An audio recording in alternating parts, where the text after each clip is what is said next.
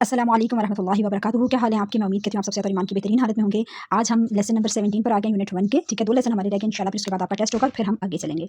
अच्छा जी, कल हमने हाजा और ज़ालिका पढ़ा था, जो कि मुज़क्कर के लिए इस्तेमाल किया गया था। हाजा जो है वो ये के इशारे के लिए था, और जो है ना ज़ालिका वो के इशारे के लिए था, और ये और वो दोनों के लिए, मतलब कि जब किसी खास चीज़ को स्पेसिफाई किया जाता है, यानी कि यही वो चीज़ है, यही वो बात है, यही वो किताब है, इस टाइप का ज़ालिका जो था इस तरह था। ठीक है, अब मोनस के लिए हम क्या इस्तेमाल करेंगे? हाज़िही।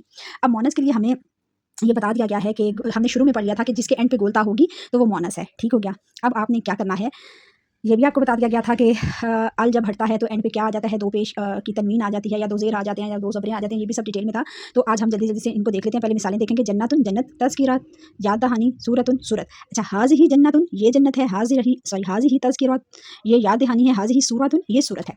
अच्छा जी, अब इसकी डेफिनेशन देख लेते हैं। अच्छा, एक बात ध्यान से याद रखिएगा, जिन लोगों के पास बुक्स हैं वेल एंड गुड, इधर हाईलाइट करेंगे। जिनके पास बुक्स नहीं है, एक नोटबुक ले लें, रजिस्टर ले लें, पेजेस ले लें, जो संभाल के भी रखें। मतलब मेरी तो यही होती है कि पेजेस ना ही हो, एक आप रजिस्टर ले लें। इन चीज़ों पे इन्वेस्ट किया करें, आखिरत का सामान है ये। ठीक है ना, तो ये है कि आपने क्या करना है कि ले लिया, उसके ऊपर ये आपने डेफिनेशंस लिख लेनी है। अच्छा जी, तो हम इधर डेफिनेशन पे आ जाते हैं। दर्जे वाला तमाम अल्फाज का इख्तिताम गोल ता पर हो रहा है। ऐसे तमाम अरबी ज़बान में मोनस होते हैं, लिहाजा इनकी तरफ इशारा करने के लिए हाज़ी ही इस्तेमाल होता है, यानी ये के लिए, यानी कि ठीक है। लेकिन अरबी ज़बान में चंद अल्फाज ऐसे हैं जो गोल ता ना होने के बावजूद मोनस ही में इस्तेमाल होते हैं, जैसे कि नारुन, जहन्नमुन, नफ्सुन, आइनुन, समाउन, चश्मुन, अर्जुन वगैरह।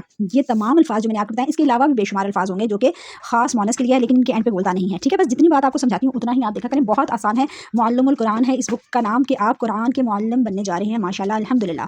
तो मतलब चीज़ों को, क्योंकि बगैर ग्रामर के हैं, लेकिन कुछ ग्रामर के रूल्स हैं, तो इनमें क्यों क्या कैसे का वो वाली कहानी नहीं करनी। जो जो चीज़ बताई जाती है जिस पेज पे, बस जब आप उसको करेंगे तो इंशाअल्लाहुल अज़ीज़ जो है वो आप बहुत बेहतरीन तरीके से जो है ना वो इसको समझ पाएंगे। और जो आपको वोकैबुलरी आपको बताई गई है उनको नोट डाउन करते जाया करें, और जो आपको रीडिंग के पेज होते हैं उनको ज़रूर पढ़ा करें। थोड़ा थोड़ा काम देती हूँ इसलिए कि आपको और भी ग्रुप्स के काम होते हैं, इसको बोझ समझ के ना करें। ठीक है ना।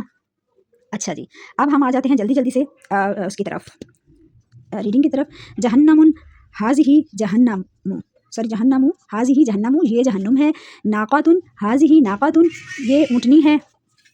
तज़किरतुन हाज़िही तज़किरतुन ये याद दहानी है। अब आ जाते हैं तिल का। अब जैसे ज़ालिका मुज़क्कर के लिए यूज़ हुआ था, तो तिल का जो है वो मोनस के लिए है। दूर मोनस की चीज़ों के लिए तिल का इस्तेमाल होता है इनके लिए। अब ये जो है कुरानी जुमलों का जो है हम तर्जुमा करते हैं। उम्मतुन वो उम्मत है, यानी ये वो उम्मत है। ठीक है ना, आपको कल ज़ालिका के लिए भी बताया था कि ये वो चीज़ है, ये वो है। ठीक है, तो तिल का में भी जब आपने तर्जुमा करना है तो आदुन ये वो आद है, या ये वो आद है। ठीक है, उक़बा ये वो अंजाम है, या यही वो अंजाम है। निअमतुन तिल का निअमतुन यही वो नामत है। आशारतुन तिल का आशारतुन यानी यही वो 10 दिन है। मतलब इसमें भी हमारा जो है ना बात अधूरी हो रही है कि आगे इसका हमें मतलब, यानी जुमले में कुछ और बात आएगी। ठीक है, मुझे उम्मीद है आपको समझ आ रही होगी। बहुत आसान तरीके से मैं समझाने की कोशिश करती हूँ। आयातुन तिल का आयातुन यानी कि यही वो आयात हैं, यही वो निशानियां हैं। ठीक है ना, तो जब तिल का या ज़ालिका आएगा तो ये वो आपने दोनों लगा के बात करनी है, या यही वो। उम्मीद है समझ पाई, मैं आपको समझा पाई होंगी। नीचे देखें, यहाँ पर इन्होंने ये भी किया हुआ है। अमूमन दूर मोनस के लिए इस्तेमाल होता है, लेकिन कुरान करीम में ज़्यादातर ये नज़दीक यानी ये के मतलब में आया है, इसी मतलब में ही समझा जाएगा, यानी ये वो। ठीक है, उम्मीद है समझा पाई होंगी। अच्छा, अब इन अल्फाज को आपने होमवर्क में इनकी ट्रांसलेशन करके भेजनी है।